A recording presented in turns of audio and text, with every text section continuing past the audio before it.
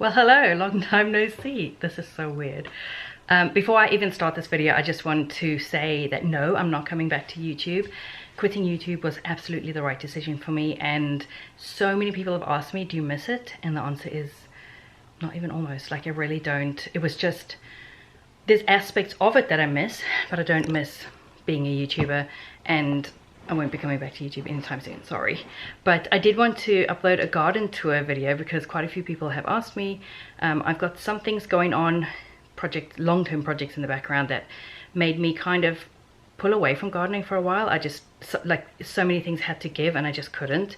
But this year I've really got back into it. I'm really enjoying it, and I wanted to share my garden with you guys. So here is a random garden tour video, just kind of out of the blue.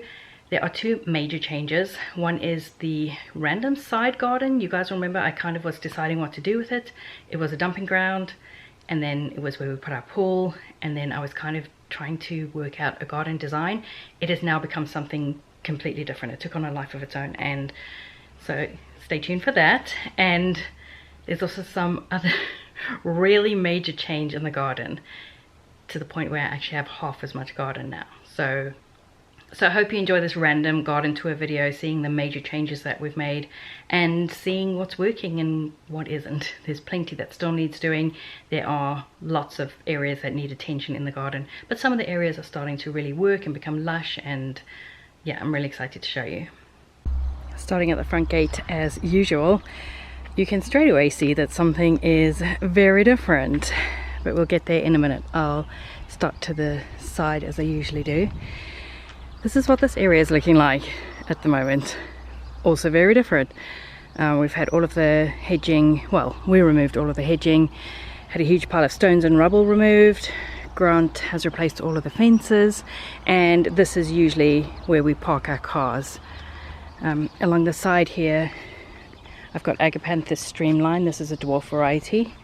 In between I did have a different variety. I think I had Tinkerbell there, and it didn't do so well, so I've pulled it out and put Streamline in as well, so these will eventually catch up to these and look the same. Down the end you can see there's a couple. That is a secret to be revealed later, so I'll just stay here for now. There's a couple of huge stumps. I'm about to create a bed here.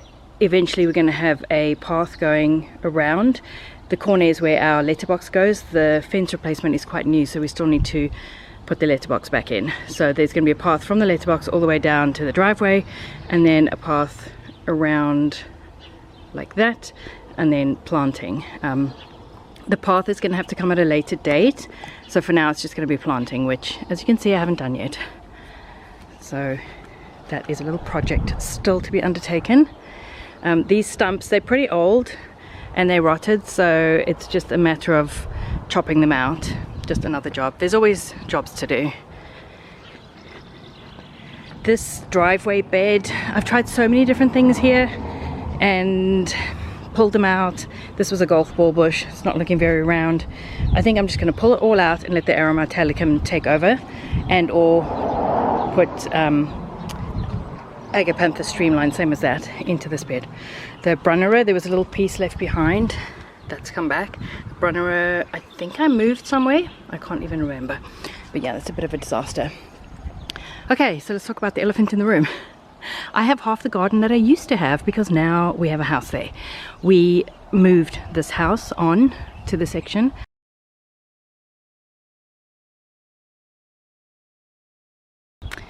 And in case you're wondering why the fence doesn't continue, Noah is actually renting that house. Grant and I are now empty nesters, and Noah is our tenant. Yeah, that's all I'll say about that, because that's his business. But ultimately down the line, when and if we do subdivide, we'll continue the fence, and we'll also continue it all the way to the back. I'll show you what's going on in the back when I get there. But yeah, I have half the amount of garden to manage, and it actually feels really good. I'll just finish here and then start moving on to the guest house garden. So here again, I need to sort this bed out. The driveway beds are the first things you see when you come in, and they both look tragic, both sides. So I haven't really decided what I want to do. This is a Nandina something or other. We've just got some self-seeded calendula, This is a dwarf hydrangea. I think I'm going to leave this here on the corner, but I'm considering just continuing the Agapanthus streamline over there. Got some violets that are doing well. So this is what the gardens here are looking like. I've put a little welcome sign on a pot for our Airbnb guests. Got a couple of pots there. That's got hellebores, and that is a Weigela. This is a magnolia, and it's kind of starting to take off now. I think that gets to about 2.5 meters tall. I've got some self-seeded hellebores. This is all kind of a bit untidy. I really should focus on this because this is where guests come in and see, obviously, but it's just a bit neglected. Golf ball bush. It's got some odds and ends. I used to have another dwarf hydrangea there and it died, so I'm going to put a loropetalum there instead. Choisia is flowering beautifully, and that is how that is looking. It's so weird to have this fence there. I mean, I'm kind of used to it. It's probably weird for you guys, but I don't like just having a big black blank fence. So we're going to put a grapevine on it, and we're going to put a very, very skinny bed along the front of it with some tall plants like delphiniums. I can't do too much of a bed because we do use that access point. I'll show you when we get there. Grant pulls the trailer out through there, and Noah drives there as well. But anyway, this is what this is all looking like. I am planning on adding an archway here to match those two, and a screen the same as this is going to go behind this bench there. It's on back order with Bunnings. They are taking forever. They don't know when they're going to get it. So I'll just go around here. We do actually have guests at the guest house at the moment, which is in there, but they are out, but they could arrive. So this is still needing some work. I've put a tree there. This tree gets to about 4 or 5 meters. It is a magnolia little gem, and that will also help block the view from the guest house through to that house. So yeah, this is all a work in progress. This bed, which I call my woodland bed, is starting to work now. I've actually done nothing to this spring, and it's just looking full and lush and beautiful. A lot of this is self-seeded, perennials, those sorts of things, and I'm loving it. This view through here is just looking so lush and full. So I'll come back to this bed in a minute. I'll just continue on this half moon bed. I've created a new little path through there, and as you can see, we put crushed limestone in there. So it looks like my archway is leaning. I may have to fix that. That's got a white thornless climbing rose on it, which is just starting to flower. Potting shed has lots of things to plant out. Here's another view, and as you can see, I built a little boardwalk through that bed, but we'll come back to that bed in a bit. This archway has a clematis, new this season, so it's still very little, but it's doing really well. It's right up to here. This osteospermum looks happy. There's a bit of forget-me-nots in there, and these poppies self-seed. So this archway leads into the vegetable garden area.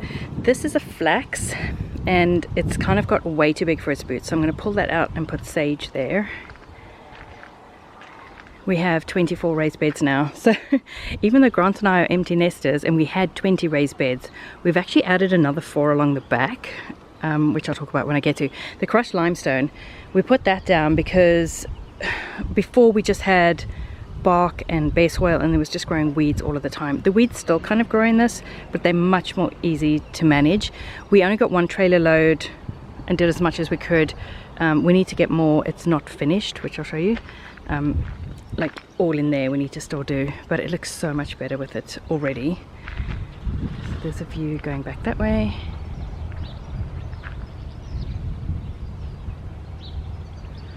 Calendula, always and forever, self-seeding everywhere. And a great big rosemary bush there. Got potatoes in buckets. Those were extra potatoes. The Acer is looking pretty. Yeah, we still need to sort out the courtyard. So these raised beds were from Trade Tested. You would have seen them before. I replaced my pallet beds which fell apart and put these up. I have now made little markers. These are acrylic blanks that I got off Temu. I didn't peel the protective film on it, so it looks kind of frosted, and then I used my silhouette machine to make labels. So yes, it says cucumbers, but you don't see cucumbers in this bed because I've tried 3 times and the weather has been so atrocious that they've all died. So I've got tomatoes, lettuce, spinach, I've got some brassicas in the middle, beetroot, radishes, pathetic zucchini. I'm trying again. I've sown new seeds. Got French beans just starting to come up. Potatoes are doing really well. Sweet potato. These will be cucumber and basil. More tomatoes. More tomatoes. I've ordered basil plants. I'm going to pop those in. In the beds you'll see these terracotta doodads. These are oyas. I made them out of terracotta pots because buying actual oyas is excruciatingly expensive. So basically, oh, I've actually got one in the potting shed, I'll show you. You take 2 terracotta pots, you stop up the hole of one of them like that with silicone, you stick them together. This is upside down, obviously this would go at the bottom. You seal them together with silicone and then you bury them. And so you can fill them up with water, and then the water slowly seeps through the terracotta and waters the bed, so you don't have to come and do as much watering. You just fill up the oyas every few days. So because we have so many beds, some of them are permanent beds. This is a permanent raspberry bed. So is that one, which I've only got 2 plants in this one, and I've got 4 in there. So I'll expand on them in years to come. I just want to see how they do this year and see if I like the varieties. Those 2 are also going to be raspberry beds. This year they're going to be for sweet corn. So this is the Tadmore variety. 2 of those. In this bed I have 4 Tulamine varieties, so I'll see how I get on with those varieties. These 4 beds are asparagus, so those are also permanent crops. And you can see we still have to finish the crushed limestone. Asparagus, we had glorious asparagus this spring. Just do a little few this way.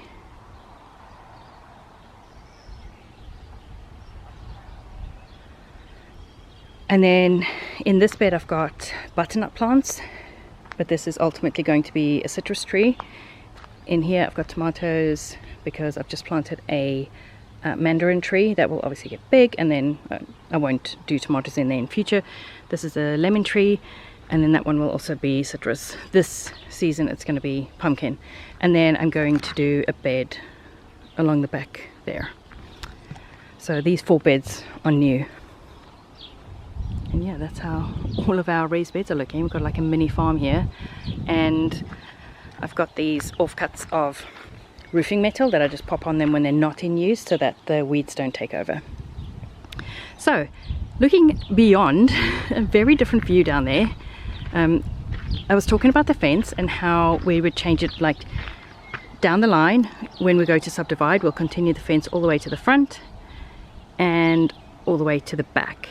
In the meantime, we've fenced like this so that we can still access the back, and we did that not knowing that Noah would be renting next door. That kind of was a last minute thing. We thought we'd have tenants that we didn't know, so we've left a gap in the fence there because he drives through and parks his car in this carport.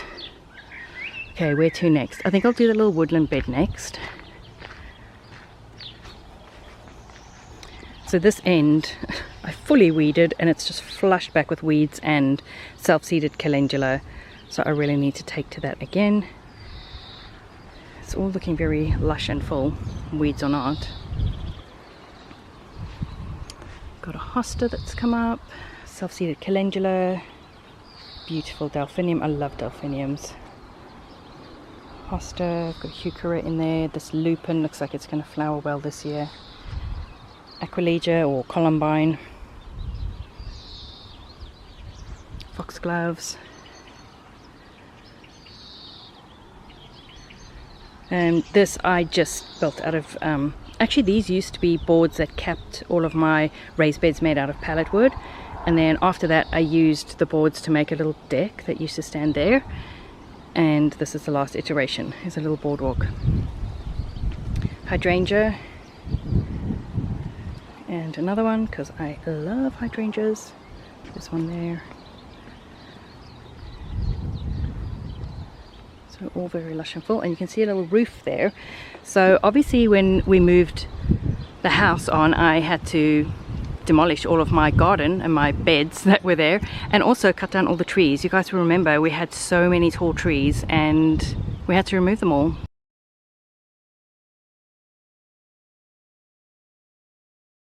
To put the house there. The house was an investment decision, really. We were sitting on an empty section and decided this was good for our financial future to move a house on as an investment. The section is quite big. I'm not going to show you in there because that's Noah's private space. We actually moved the fence over. If we'd subdivided exactly, so we've got altogether 1/2 acre, and if we'd subdivided exactly in half to have 2 1/4 acre sections, the fence would have gone there, about 1.5 meters from the kitchen window. So obviously we didn't want that, so we moved it over, and it's still a significant size plot in there. But yeah, that's the story of that. I don't know what else to say. Here's the garden from this angle. Yeah, so one of the trees that got cut down was this Paulonia, and I got our tree people to cut an angle at the top of the stump, and I've made a little fairy house or gnome home. There is, underneath all the Aquilegia, there is actually a little cobbled path that I built. You can kind of see it in there, sort of. It's got a little door. Anyway, it's very cute.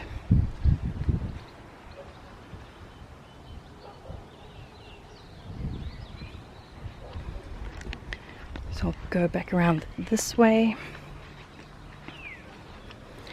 I am not sure what I'm going to do with this space. We're actually thinking about leaving the plum tree, but having this ancient apple tree, and there's an olive tree as well, and that ancient apple tree removed and replacing them with more intentional trees. These trees have not been very well looked after. They're all spindly, they're stretching for the light, and they don't actually produce much. So we're still deciding about that, and I'm still deciding what to do with this area. Maybe more beds, I'm not sure. So I'll go back along this way. Got a little bird bath here. It's very sweet. Just got this off Temu. And then in this bed we've got a choisia. I had a flax there that was just way too big. You can see it was like smothering the choisia. So I've taken it out. I've put in some cosmos, hydrangea, more flax, more weeds, more stumps at the back there from trees that were removed. This bed just kind of fizzles out. This all needs attention.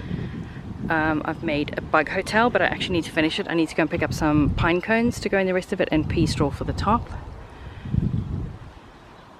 And then this is just a dumping ground. So Grant has started leveling. There's like a pile of dirt there, and there was a big hole there. He's started leveling it out. He's not sure what he wants to do, if he wants to kind of continue another lean-to. Noah's got like 3 cars. Are any of us surprised? So he's thinking of doing another lean-to for Noah's car, but ultimately this will all get painted. All the sheds will get painted, same as the fence. This is color steel flax pod. It's actually like a charcoal color, it's not black. And then I can continue this bed and grow something up the side of it. But yeah, this is all a work in progress. If you remember where this is, there used to be a little silver shed. That's it there. It's kind of, the front of it is on that side and it's flush with the fence, and then it just extends in the back. And then we've just got scrap wood back there. So yeah, as I said, there's a gap in the fence so Noah can come and go. So that is this side of the garden. I'll just do one last pan from this angle.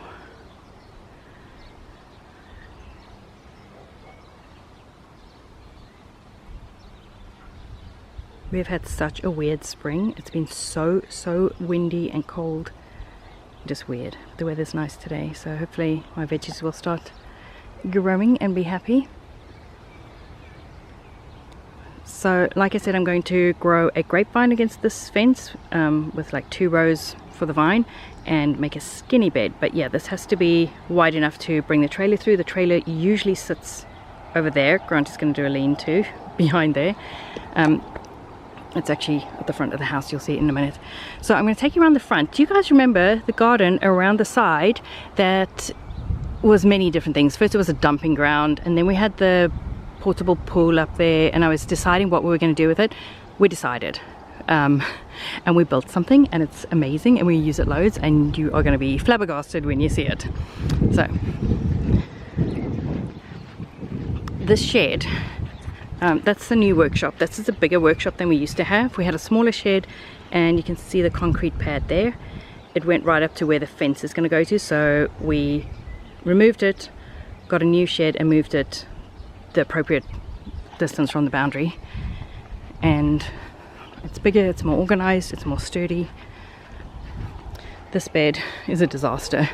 So this is a choisia that's been struggling for life. This year it seems to be coming into its own. We'll see.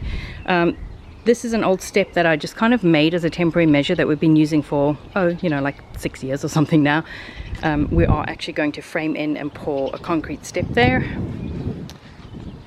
Just got odds and ends. This is very neglected. Noah uses the workshop to work on cars. There's often cars standing here. Grant has changed jobs. He's got a company car that he brings home, so he parks it here. And around the corner is the new structure. So we concreted all of this, the pathways, and we did a lot of concrete pouring, in fact, because we have created an outdoor entertaining area in this section down the side of the house. So don't look at this. The fence is very new.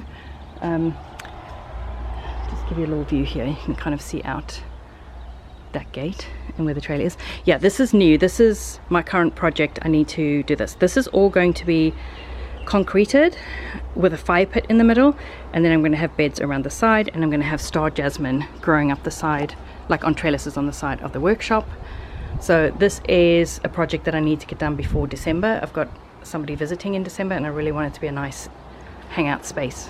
We're not going to concrete this year. We just don't have the budget for it. It is dug out, it is prepared, so I don't know, maybe we'll just put something temporary there, but I want to get the beds all nice and sorted.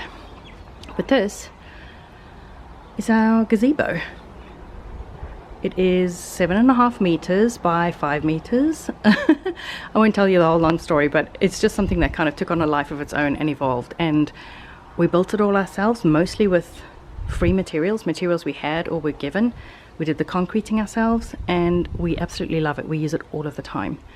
Got some peas in hanging baskets and white yellows in the front here, and then inside, maybe I should turn the lights on. We've got these like party lights that go all the way around. These are chairs I got on Facebook Marketplace. I think they were $20 for all of them. They're so comfortable. And then I made this table, so it's big enough to have all the chairs around, so we can seat 8. Barbecue. I made that bench. You can lift up the lids, there's storage inside. And then we have a pool table in the middle, and we used to have a portable spa pool, but it started giving problems, so we actually got it fixed and then sold it. So at the moment there's an empty space. That's a fridge. I need to build a table that's going to match this, but it's going to be taller, with space underneath for the fridge and an ice maker. And then we have a big outdoor sofa, which, as you can see, all the cushions are piled up with a tarp over, because we found the neighborhood cats like to sleep on it, and I don't have a proper cover for it yet, so we need to get a cover. But this has been such a nice, comfortable, cozy hangout space. We use it all of the time. We have music out here, we have lights out here. It's just so nice to entertain. It's sheltered from the wind.